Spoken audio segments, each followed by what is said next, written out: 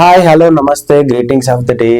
మనం ఈరోజు ఈ వీడియోలో credit card company versus option buyer, అంటే మనం option seller and versus option buyer. మనం లాస్ట్ వీడియోలో ఆప్షన్ బయర్ ఆప్షన్ సెల్లర్ గురించి మనం చెప్పుకున్నాము.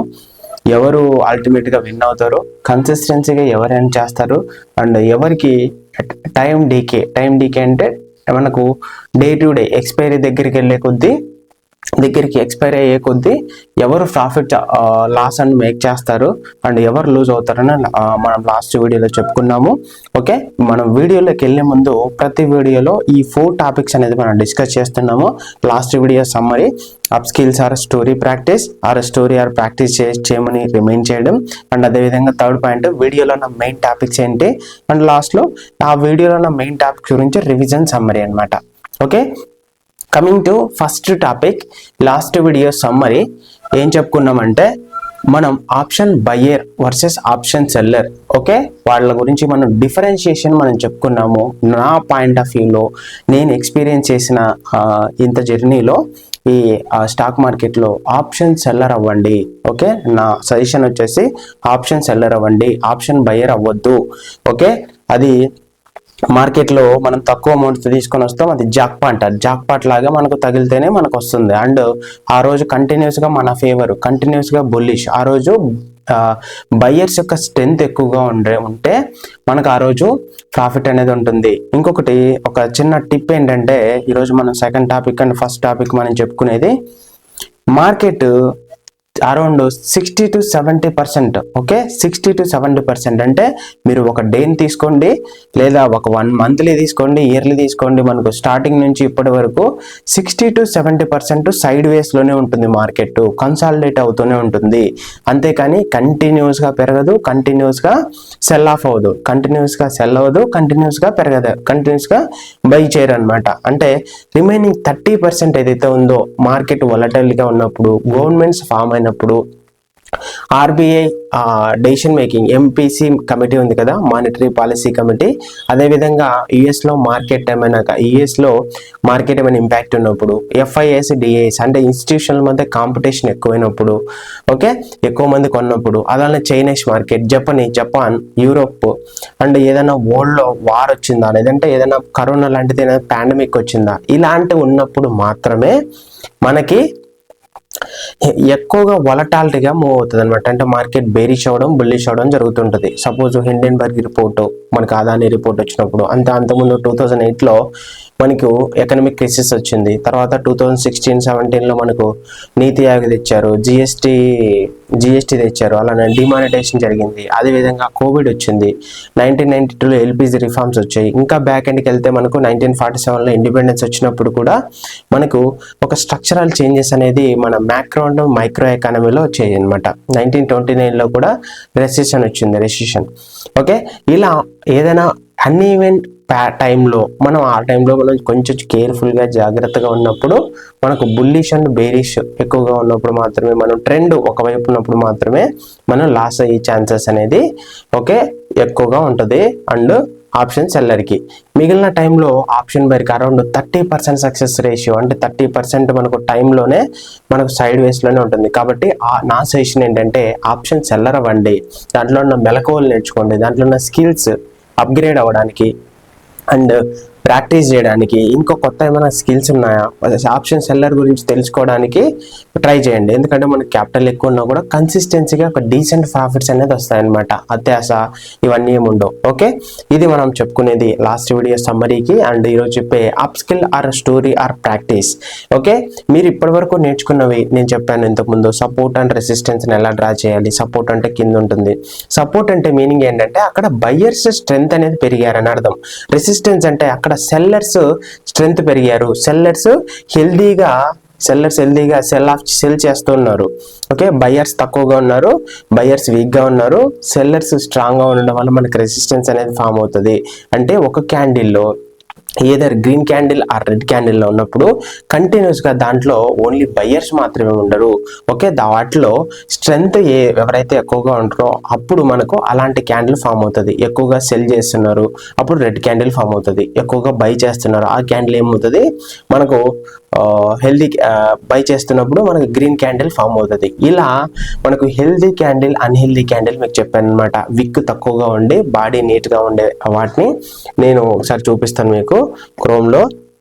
ఇక్కడ సపోజ్ నేను ఇక్కడ నిఫ్టీ 50లో మీకు ఒకసారి చూపిస్తాను హెల్దీ క్యాండిల్. చూడండి హెల్దీ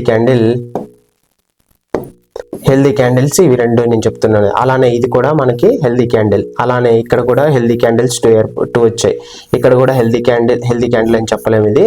అండ్ ఇది హెల్దీ క్యాండిల్, అండ్ ఇది హెల్దీ క్యాండిల్. అంటే విక్ అంటారు అనమాట దీన్ని. పైన అలా తోక లాంటిది ఒక చిన్నది వచ్చింది కదా, మార్కెట్ లాంగ్వేజ్ లో దీన్ని విక్ అంటాం అనమాట. వీటిని బాడీ అంటాం. ఓకే, వీటిని బాడీ అంటాం. కింద ఉన్నది కూడా మనకు విక్. అది క్యాండిల్ స్టిక్ లో మనం ఒకసారి చూపించినప్పుడు మీకు చెప్తాను. ఓకే, ఇలా మనకు ఇలా బాడీ ఎక్కువగా ఉండి, బాడీ 70 to 80% మనకి ఉండి మిగిలిన 10% ఇటు విక్ ఉన్నప్పుడు దాన్ని హెల్దీ క్యాండిల్ అంటాం. ఏదర్ మనకు గ్రీన్ క్యాండిల్ అవ్వచ్చు, ఏదర్ మనకు రెడ్ క్యాండిల్ అవ్వచ్చు, ఏదర్ ఇక్కడ మనకు ఇక్కడ చూడండి ఇక్కడ విక్స్ ఎక్కువగా ఉన్నాయి. వీటిలో మనం డెసిషన్ తీసుకోలేం. ఓకే, ఇక్కడ కూడా మనం చాలా హెల్దీ క్యాండిల్ వచ్చేసింది. ఇక్కడ చూడండి రెడ్ క్యాండిల్, ఇక్కడ చూడండి రెడ్ క్యాండిల్. అంటే ఆ టైంలో మార్కెట్లో ఎక్కువ మంది మనకి ఏ క్యాండిల్ అయితే ఫామ్ అవ్వాలో మీకు ఒక ఐడియా వచ్చింది అనుకుంటున్నాను నేను, వాటి సమ్మరీ తీసుకొని. ఓకే, ఇలా మనకి ఫామ్ ఉంటుంది. నా సజెషన్, ఒక పర్సనల్ సజెషన్ అయితే డెఫినెట్గా ఆప్షన్ సెల్లర్ అవ్వండి. వాటికి కావాల్సిన మనీని అరేంజ్ చేసుకుని మార్కెట్లోకి రండి. సపోజ్ ఎగ్జాంపుల్ నా దగ్గర ఒక 10 lakhs ఉన్నాయి. ఈ 10 lakhsతో మనం ఒక 60 to 70% మనం ఏం చేయాలి, ఈక్విటీస్లో ఒక డైవర్సిఫికేషన్ పెట్టాలి. అంటే ఒక డైవర్సిఫికేషన్ అంటే ఒక 2-3 సెక్టార్స్ చూస్ చేసుకొని ఆ 2-3 సెక్టార్స్ లో మళ్ళీ మనం 60-70% అంటే అరౌండ్ 6 to 7 lakhs వస్తుంది. ఈ 6 to 7 lakhs ని ఒక 3 sectors ని మనం 2 lakhs గా డివైడ్ చేస్తే మళ్ళీ ఒక సెక్టార్ లో ఒక 2-3 కంపెనీలు తీసుకొని దాంట్లో ఒక 30,000, దీంట్లో ఒక 30,000, అలా ఒక 2-3 కంపెనీస్, ఇంకొక వాటిలో ఇంకొక సెక్టార్ లో 2-3 కంపెనీస్ లో ఇంకొక 2-3 కంపెనీస్ లో మళ్ళీ ఇలా డైవర్సిఫికేషన్ చేయాలి. సెక్టార్ అండ్ వాటిలో ఉన్న కంపెనీస్ అట్లా ఇన్వెస్ట్ చేసి మిగిలిన 2-3 lakhs తో ఆప్షన్ సెల్లింగ్ అనేది నేర్చుకొని, ఓకే, డైరెక్ట్ గా దిగకండి, డైరెక్ట్ గా ఇన్వెస్ట్ చేయొద్దు, ట్రేడ్ చేయొద్దు.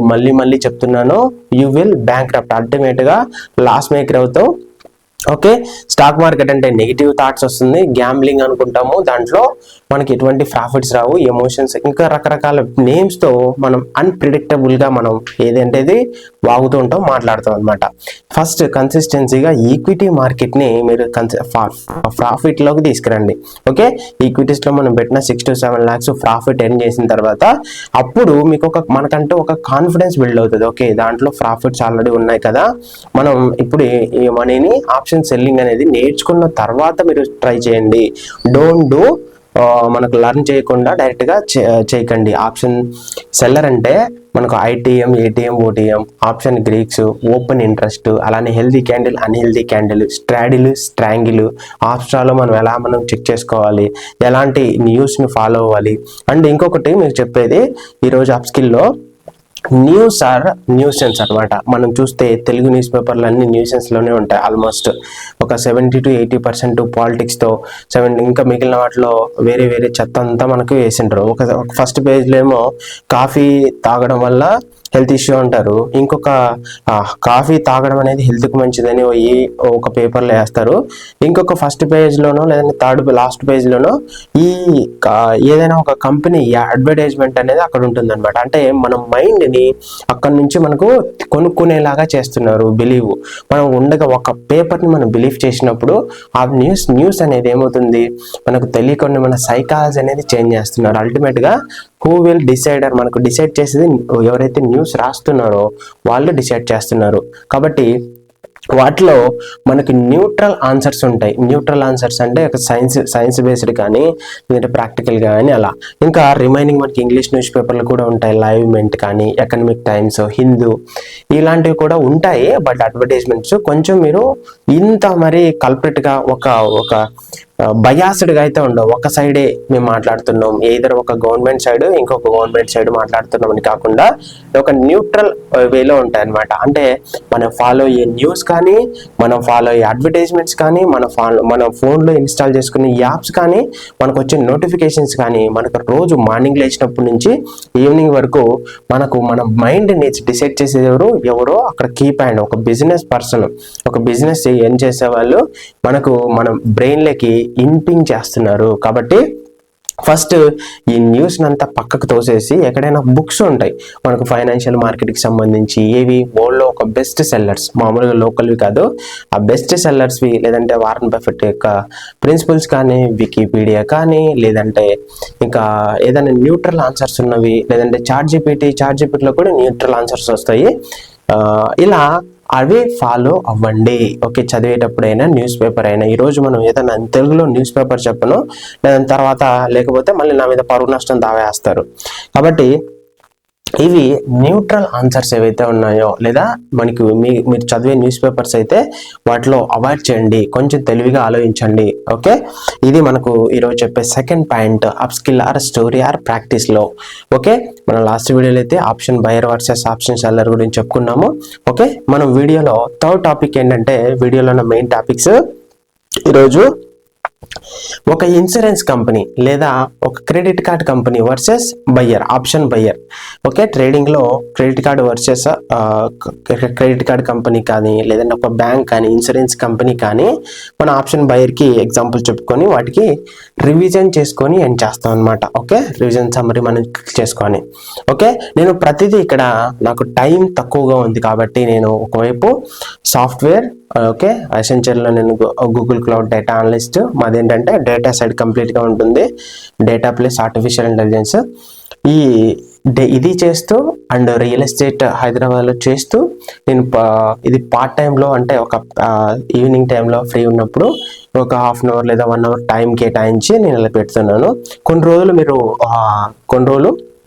కొన్ని డేస్ అడ్జస్ట్ చేసుకోండి. Then we will upgrade any software or ఇంకేమైనా చెప్పే విధంగా ఉన్నవి, లేదంటే పీడిఎఫ్స్ కానీ ఇవి అప్డేట్ చేయడానికి చేస్తామన్నమాట. ఓకే, ఇప్పుడు కొంచెం అడ్జస్ట్ అవ్వండి చెప్పేదానికి. ఓకే, ఇప్పుడు నేను option buyer versus option seller ఇక్కడ ఎవరంటే క్రెడిట్ కార్డ్ కంపెనీ. మీరు ఒకసారి చూసారా, క్రెడిట్ కార్డ్ కంపెనీ అని మనకు షాపింగ్ మాల్స్లో కానీ, ఎక్కడైనా కానీ, మనకు ఫోన్ కాల్స్లో కానీ మనకి ఏం చేస్తారు, సార్ క్రెడిట్ కార్డ్ తీసుకోండి అని.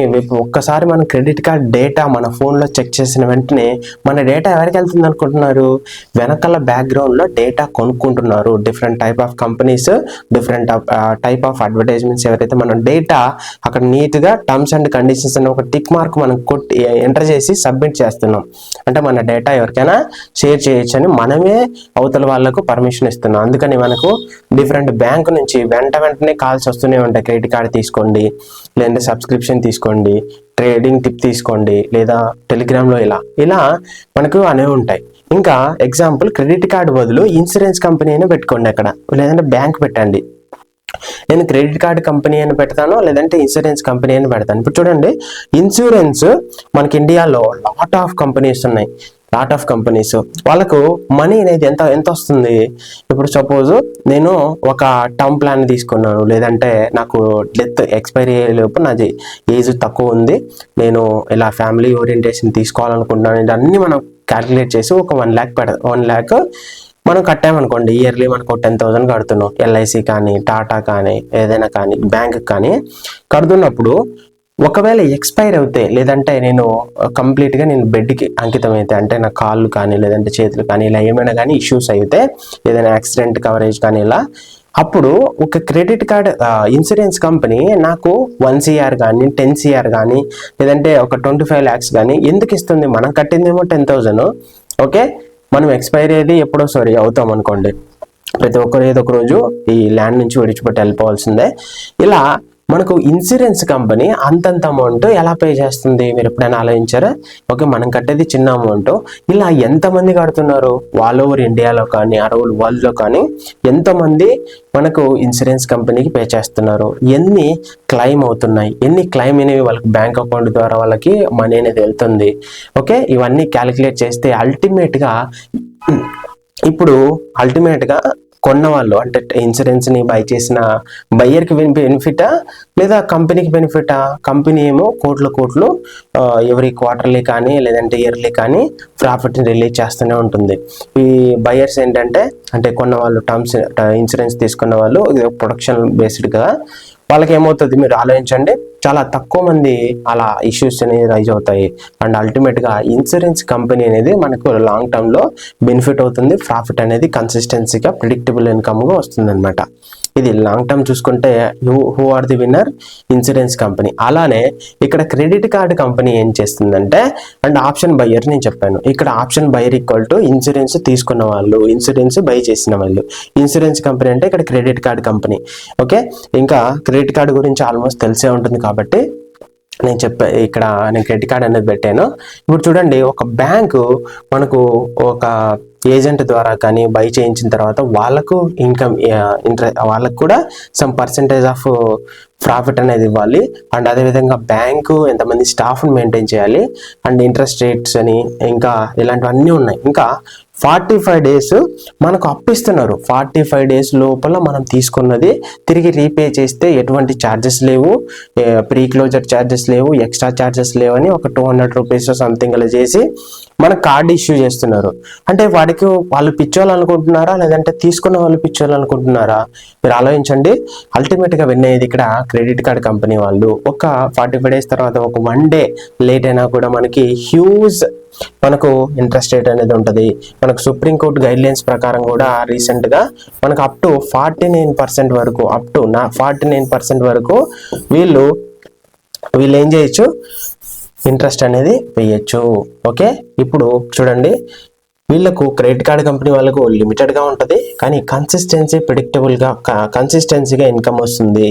ఓకే, వీళ్ళకు విన్ ప్రాబిలిటీ ఎక్కువగా ఉంటుంది, బయ్యర్కి ఏముంటుంది తక్కువగా ఉంటుంది. విన్నింగ్ రేషియో అనేది మనకి ప్రాబిలిటీ ఛాన్సెస్ అనేది ఆప్షన్ బయ్యర్కి చాలా తక్కువగా ఉంటుంది. ఇక్కడ probability of credit card company కానీ ఆప్షన్ సెల్లర్ కానీ చాలా ఎక్కువగా ఉంటుంది. ఆప్షన్స్ని బై చేసేటప్పుడు మార్కెట్ మూవ్ కంటిన్యూస్గా ఇలా మార్కెట్ అనేది బుల్లిష్ వెళ్ళినప్పుడు, కంటిన్యూస్గా ఇలా బేరిష్ అయినప్పుడు మాత్రమే బయ్యర్కి అనేది ప్రాఫిట్ అనేది ఉంటుంది. అదర్వైజ్ మనకు బయ్యర్ కాదు సెల్లర్కి అనేది అడ్వాంటేజ్ ఉంటుంది అనమాట. ఇంకా ప్రాఫిట్ విషయానికి వస్తే అన్లిమిటెడ్ ప్రాఫిట్ ఉంటుంది.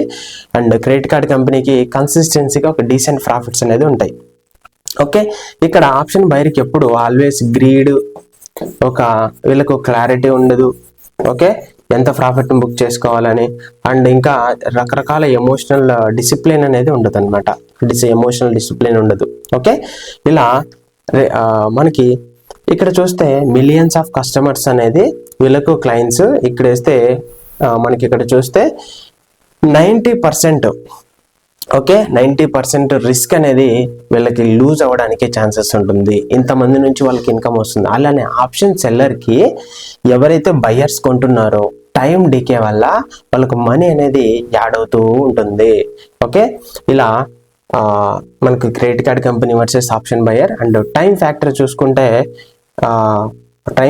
చూసుకుంటే క్రెడిట్ కార్డ్ కంపెనీ అంటే ఆప్షన్ సెల్లర్కే ఎక్కువగా బెనిఫిట్ ఉంటుంది, ఆప్షన్ బయర్కి చాలా తక్కువగా ఉంటుంది. ఇక్కడ మనకి హ్యూజ్ క్యాపిటల్ కావాలి, ఇక్కడ లో క్యాపిటల్ కావాలి. ఆప్షన్ బయర్కి లో క్యాపిటల్ ఉంటే సరిపోతుంది. ఇంకా ఆప్షన్ బయరు మనకు ఏ విధంగా ఇక్కడ మన క్రెడిట్ కార్డ్ కంపెనీకి అయితే ఇలా లేట్ ఫీజు ఉన్నాయి కదా, ఆప్షన్ సెల్లర్కి ఏంటంటే టైం గడుస్తున్న కొద్దీ ప్రాఫిట్ ఉంటుంది. అదొకటి. కన్సాలిడేషన్ అంటే సైడ్ వేస్ మార్కెట్ ఉన్న వాళ్ళకి బెనిఫిట్ ఉంటుంది. అండ్ మనకు ఒక 1 month ఎక్స్పైరీ అంటే మనం తీసుకునే ఆప్షన్ సెల్లింగ్ కూడా ఒక 1 month గ్యాప్ పీరియడ్ ఉండాలి. ఒక డీసెంట్ ప్రాఫిట్స్ అనేది ఉంటుంది అనమాట. డే టు డే గడిచే కొద్దీ మనకు ప్రాఫిట్స్ అనేది ఎర్న్ చేసుకోవచ్చు. ఓకే, ఇది మనకి option buyer versus credit card company అంటే ఆప్షన్ సెల్లర్. ఓకే, వీళ్ళకు stable and long term profits ఉంటాయి. వీళ్ళకు హై రిస్క్ ట్రేడర్స్ స్పెక్యులేషన్స్ చేయడానికి ఛాన్సెస్ ఉంటుంది అనమాట. ఓకే, ఇప్పుడు అల్టిమేట్గా నేను చెప్పేది ఏంటంటే option buyer versus option sellers. ఇక్కడ క్రెడిట్ కార్డ్ కంపెనీ అంటే ఎవరు? ఆప్షన్ సెల్లర్ని క్రెడిట్ కార్డ్ కంపెనీతో పోల్చవచ్చు. అలానే ఇన్సూరెన్స్ కంపెనీని కూడా మనం అనుకోవచ్చు. Option buyer risky borrowers and వాళ్ళు జాక్ పాట్ వస్తేనే తప్ప and most of the time వాళ్ళు ఏంటంటే లూజ్ అవుతారు money most of the time. నేను చెప్తున్నాను కదా, ఆప్షన్ బయింగ్ అనేది వెళ్ళకండి, ఆప్షన్ సెల్లింగ్ చేయడానికి నేర్చుకోండి. Option selling is a best option. మనకు వారన్ బఫెట్ చేశారు, అండ్ మనకు మెయిన్ ఇండియాలో ఉన్న బిగ్ ప్లేయర్స్ రాకేష్ జున్జున్వాలా కావచ్చు, లేదా అండ్ రాధాకృష్ణ అడానీ కావచ్చు, ఇలా లాట్ ఆఫ్ మనకి అన్నోన్ పర్సన్స్ ఆప్షన్ సెల్లింగ్ అనేది చేస్తారు. మార్కెట్లో ఒక నమ్మకం ఏంటంటే ఆప్షన్ బయ్యర్ అంటే అమాయకుల్లాగా చూస్తారు, అమాయక గుర్రబిడ్డల్లాగా చూస్తారు. కాబట్టి మనం క్రెడిట్ కార్డ్ కంపెనీ లాగా ఆలోచించాలి, లేదా ఇన్సూరెన్స్ కంపెనీలా ఆలోచించాలి, లేదా ఆప్షన్ సెల్లర్గా ఆలోచించాలి. కానీ ఆప్షన్ బయర్ అయితే అమాయకులు అనొచ్చు మనల్ని. ఓకే, మిగిలిన 10% పీపుల్ కూడా ఇక్కడ 90% లాస్ అవుతున్నారు కదా, 10% పీపుల్లో కూడా ఒక 1 or 2% మాత్రమే సక్సెస్ అనేది ఉంటుంది. వాళ్ళు కూడా ఏదో ఒక రోజు ఒక సడన్ స్పైక్స్ వచ్చినప్పుడు, లేదంటే ఏదైనా ఇష్యూ జరిగినప్పుడు డెఫినెట్గా వాళ్ళు కూడా లూజ్ అవుతారు. ఇంకా ఆప్షన్ బయర్ ఎవరైనా సక్సెస్ అయిన వాళ్ళు, మీకు మార్కెట్లో తెలిసిన వాళ్ళు ఉన్నా, లేదంటే యూట్యూబ్లో ఏదైనా నాకు చెప్తుంటారు కదా, ఇలా ఎవరైనా ఉన్నారో కింద కామెంట్లో చేయండి. ఓకే, మనకు యూట్యూబ్లో చెప్పేది వేరు, యూట్యూబ్ వీడియోలో మనకు చెప్పే తీరు వేరు ఉంటుంది. ఒక బ్యాక్గ్రౌండ్లో వాళ్ళ లాసెస్, ఒక క్రెడిబిలిటీ అండ్ సెబీ దగ్గర నుంచి రిపోర్ట్ తీసుకొస్తే వాళ్ళు ఎలా లాస్ అయ్యారు ఏంటని ఈజీగా వాళ్ళకు తెలిసిపోద్ది అనమాట. కాబట్టి మీరు యూట్యూబ్లో వచ్చేదంతా బ్లైండ్గా నమ్మకండి. కొన్ని ఫేక్ న్యూస్ ఉండొచ్చు, కొన్ని ఆర్టిఫిషియల్ ఇంటెలిజెన్స్తో డీప్ ఫేక్ టెక్నాలజీతో ఉండొచ్చు. కాబట్టి ఎవరైనా మనం ట్రస్ట్ చేస్తున్నామంటే వాళ్ళ బుక్స్ కానీ సంథింగ్ ఏదైనా న్యూట్రల్ ఆన్సర్స్, లేదా ఏదైనా మ్యాటర్ ఉంది, ఇన్ఫర్మేషన్ ఉందంటే డెఫినెట్గా ఫాలో అవ్వండి. ఓకే, ఇది నేను అల్టిమేట్గా చెప్పేది. ఈ వీడియో ఇక్కడితో ఎండ్ అయిపోయింది. మనం ఈరోజు చెప్పుకున్న రివిజన్ సమ్మరీలో అయితే credit card company, insurance company versus option buyer, option seller versus option buyer. ఇది ఎందుకంటే నేను పర్సనల్ సజెషన్ ఏంటంటే ఇచ్చేది, ఆప్షన్ సెల్లర్ అవ్వడానికి ట్రై చేయండి. లాంగ్ టర్మ్లో ఇప్పుడు అవ్వడానికి ఇప్పుడు ఎలా అవ్వాలని అవసరం లేదు, బట్ నెమ్మదిగా నేర్చుకోండి. ఓకే, ఇప్పుడు ఆప్షన్ సెల్లింగ్ అనేది ఎలా చేయాలని ఒకసారి చూపిస్తాను. ఇక్కడ నేను ఆల్రెడీ మొన్న రీసెంట్గా ఒక 2 days కింద నేను ఏం చేస్తానంటే ఇవి యాడ్ చేశాను. అంటే సేమ్ ప్రైస్ ఉండాలి. ఓకే, కాల్ సి అంటే కాలు, పి అంటే పుట్ అనమాట. పుట్ అంటే ఏంటి, పి అంటే మనకు సి అంటే కాల్ యూరోపియన్, పి అంటే పుట్ యూరోపియన్. ఇది యూరోపియన్ లాంగ్వేజ్ నుంచి తీసుకున్నారు కాబట్టి సిఈపి అనేసి నేమ్తో పిలుస్తున్నారు. సి అంటే పెరగడం, బుల్లిష్ అవ్వడం, పి అంటే ఫాల్ అవ్వడం, మార్కెట్ బేరిష్ అవ్వడం అన్నట్టు. అర్థమైందా? ఇప్పుడు నేను ఏప్రిల్ మంత్ తీసుకున్నాను. ఇప్పుడు ఏంటి, మార్చ్ కదా మనకి. నేను ఏప్రిల్ అంటే ఒక 1 month ఎక్స్పైరీ అయ్యేవి, అంటే 1 month ముందున్నవి, అవి కూడా నేను ఓటీఎం తీసుకున్నాను. ఓటీఎం అంటే out of the money. Okay, నేను కొంచెం ముందున్నవి తీసుకున్నాను. ఓకే, ఇప్పుడు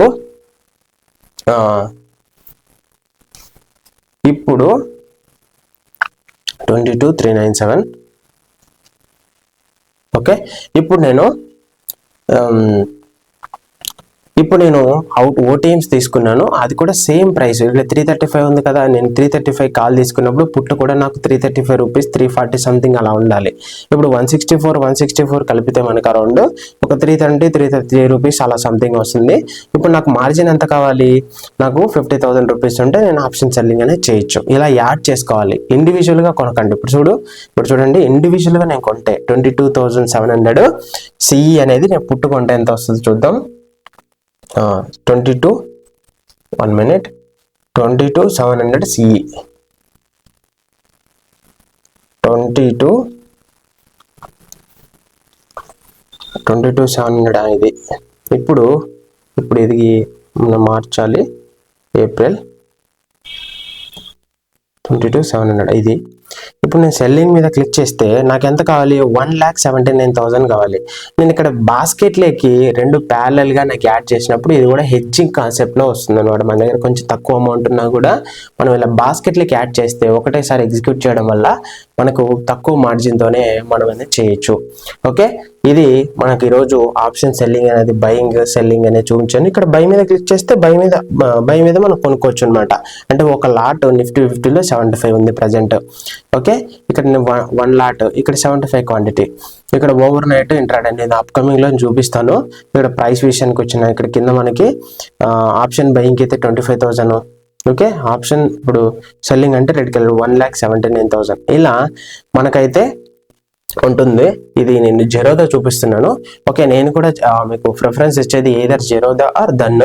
వీటి మీకు క్లమ్జీగా ఉందంటే దన్ కాకుండా జెరోదాని ఫాలో అవ్వండి. ఓకే, నీట్గా ఉంటుంది, నో అడ్వర్టైజ్మెంట్స్, ఎటువంటి చెత్త చెదారం ఉండదు అనమాట.